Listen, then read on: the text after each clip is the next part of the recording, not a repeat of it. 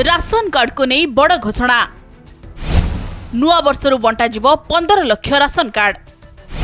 केउ माने पाइबे कार्ड कहिले जोगाण मंत्री को बड़ घोषणा नुआ वर्षरु आ 15 लाख राशन कार्ड बंटा जिवो केही भी गरीब बिना राशन कार्ड रे रहिबे नहीं। मंत्री कहते राज्य सरकार पाखरे राशन कार्ड रो अभाव नहीं। ए जाए सारा राज्य रे 6,39,000 कार्ड बंटा सरी आहरी 15 लाख कार्ड आम पाखरे अच्छे प्राय 15,33,000 आवेदन आसी सेथिरु अयोग्य को बाद दे समस्त योग्य को राशन कार्ड मिलिबो बोली कहते मंत्री।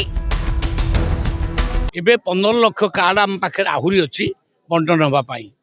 किंतु समुदाय 15,33,000 अप्लाई करछंती ता भितरु 6,39,000 ऑलरेडी आम दे सारू आहरी अनेक कार्ड अच्छी कार्ड अभाव नहीं कहीं ना आम जो माने अयोग्य हिताधिकारी थिले जो माने कार्ड होल्डर थिले